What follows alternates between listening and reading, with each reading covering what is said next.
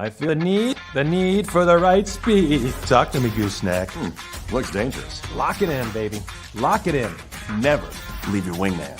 Never, ever leave your wingman. Every player needs a wingman. Is that Bernhard? Oh, great. Langer.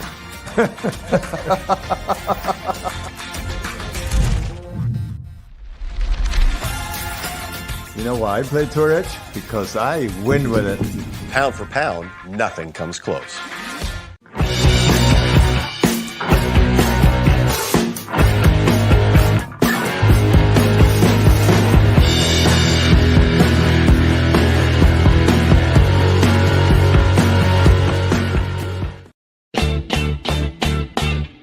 Having a corporate or charity golf event? Backswing Golf Events can supply your tournament with personable, professional golfers to entertain and fundraise on the golf course. They can accommodate any size group, whether it be 3 players to 500. They are your team.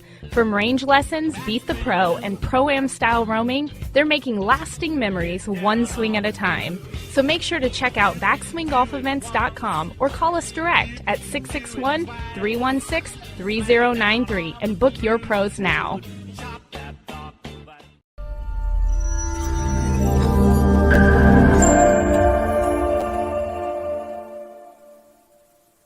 Good morning, everyone. Welcome to On Par with Amanda. Another great week coming out of the Masters. Let's bring the golf father himself on this week. Hello. Good morning. How are you doing? I'm doing much better now. I get to be, look at that smile. My day just got bright. Well, I want to jump into some Masters chatter. I know we're going to talk a lot about it on the roundtable, but something in particular I've talked about on my segment, I believe with you, was slow play. We've talked about it before, the etiquette behind it. But there's a little bit of a gray area, I think, when it comes to pro golf because depending on what's going on, it is the Masters. You are standing over putts worth a lot of money. Like when I joke about slow play, it's the guy that is an amateur golfer that is lining it up like he's playing in the Masters, but when in fact he is playing with his buddy Bob and it means nothing. So when we all watched Koepka, and he was one of the main complainers about pace of play, and he said that it really threw off. Now, I know a lot of people... Main or just about only? Yeah, right. Yeah. He was the one. Okay. What happened is Cantlay and Hovland got paired together, and they were playing together, and they were in front of Koepka and Rahm. So he said that, and in a joking way, but I think he also kind of meant this as a dig on Rahm, but he's like, Rahm went to the bathroom 7 times and we were still waiting. So now, I think, so I have to look back because Cantlay retaliated and said, wait a minute. He said, we were waiting. We were on the second tee when the next group was on the second tee. Like we were on them and waiting all day. Everybody was waiting. And what I think is funny, so the round of Cantlay and Hovland finished in 4 hours and 50 minutes. That was what they finished. Do you want to take a guess at what Rahm and it was 4 hours and 49 minutes? Now, I know they're behind them, so he's blaming it on them, but they said that they were attached to the group in front of him. And don't you think rules officials would have been on that group all over them as a 2-hole gap? No, but nobody got a penalty because everybody was backed up. So anyway, I know you and I both have talked about slow play and how much we hate it, but is 4 hours and 45 minutes slow play? Right. I wish that I can play 18 holes in 4 hours and 45 minutes. So yes, I think that live golf thing with the scramble, because we have people covering it, for Ignite Golf and everything. And you tee off at 1 o'clock in the afternoon, and before 5 o'clock, everyone's done.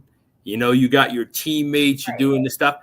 Right. So for the people that are saying it's not, I 4 hours and 45 minutes. Think about that. especially for a major championship. It's the Masters. It's the Masters. And not to mention, these conditions are vastly different than you and I going and playing our Brutal. local uni course. Absolutely. So Absolutely. it's like, like when I go out in the summer, Craig and I will go play, and we can play in 3 hours. Nobody's out there. It's hot. Conditions are, the ball's just rolling for days. There's not a whole lot to it. But for a tournament play, I don't know where, and I like Koepka. I do. I was rooting for him. I'm all for it. But I get frustrated when players say, well, it was slow play, but it wasn't. Everybody was where they needed to be.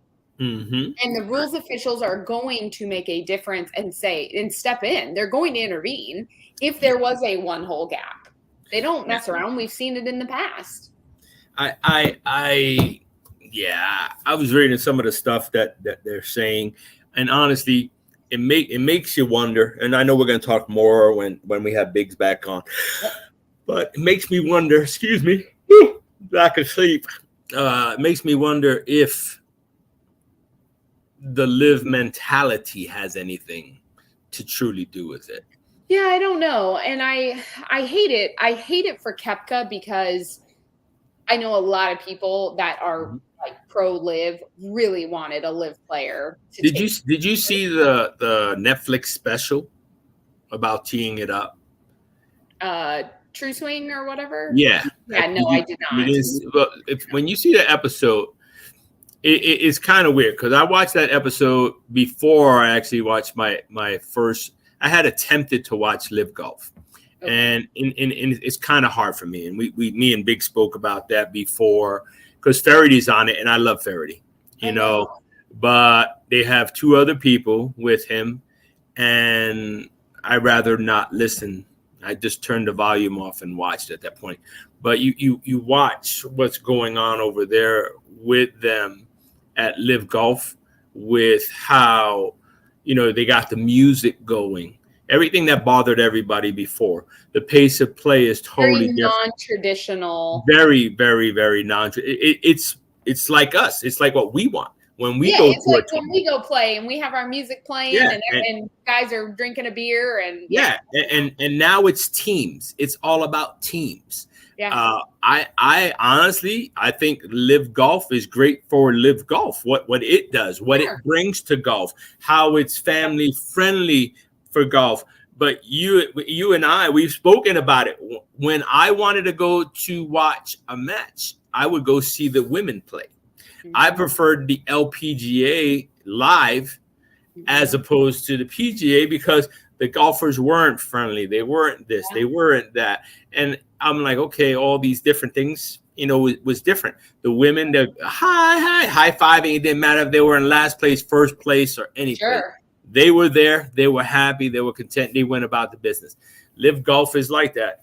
PGA Tour isn't. So for these people to go on there and on the thing, I think, my opinion, with the crying and the whining about it, Koepka on that show was ready to quit golf. If you watch it on Netflix, I can't win. I can't do this. I don't know if I want to compete. He struggled. I haven't won. I'm not doing this. I'm not doing that. Now here comes Live Golf. Here, sign. We're going to give you money for doing nothing. Go play. Yeah. So now he's getting paid, and he's going out, and he's not worrying about competing. Right. There's no because you know what? If somebody's paying me, and I'm going out there to play, and it really doesn't matter if I win. I want to win.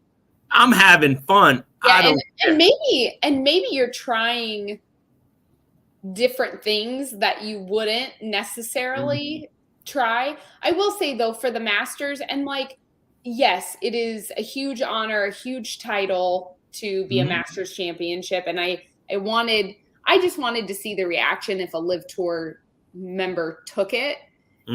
Because it was, you got to remember, it was only a year ago that Phil was banned, everybody was in uproar. And now, Phil's sitting at the Masters dinner. So Yeah, and I know there was some talk about it. I didn't get to look into it, but they're talking about next year there's going to be less. I guess you have to be a past winner if you're going to be on the Live Golf Tour to be at the Masters. So they're talking about transitioning. We don't know if it's going to happen. it's, I was looking at the photo from the Masters dinner, and it wasn't like there's not an overwhelming amount of people at that dinner already. So I was like, how did they determine, because it wasn't the whole field, because the 25 of the guys in the front are like the directors and the more of the administrative side. They're not players. Yeah. So it leaves 20 players that get invited to this dinner. So I often wonder how they decide who gets this dinner invite. Yeah. And I don't know if I want to be part of that dinner when you have all this animosity and they said people it was a very stirring. quiet dynamic, and they said Phil kept quiet the whole time, kept Which to himself, and you got to respect that. You know what I mean? Corner. Because that showed a lot of class, and I know they talked about it because they were waiting for him to go up because he was so boisterous in the beginning of everything. But I am pretty sure that if you took both sides and interviewed the good and the bad, and one of the big, huge things that are coming out bad about Live Golf is if you decide you don't want to play, it's like 800 times the amount that they paid you. So if they paid you $1 million for you to quit and go back to the PGA, if you won't, it's like $8 million. So if they paid you 100, you're going to pay them. They were talking the breaking down. It was like $600 million. So whether you're happy or not, you know what I mean? You decided to play. You just got to go play. So a lot of them, you're not going to hear anything negative or criticizing of a format. You went from me. Now there was no golf was like unique. The only time there was a team was Ryder Cup, USA Cup, those kind of things. Now Live is a team. It's becoming very much a team base. And I'm trying to figure out. Yeah, I always thought that golf was me. I was playing against the field. Now it's playing against the field. So I know we got to end this segment, but we could probably pick it up on the other side because there's a lot of good stuff. We'll pick it up on the other side for those of you at home. Thanks for tuning in. Bill, thanks for joining me for another grand week. Write into us at the show or A. Robertson Golf on Instagram, and we will catch you next week. Until then, keep swinging for par.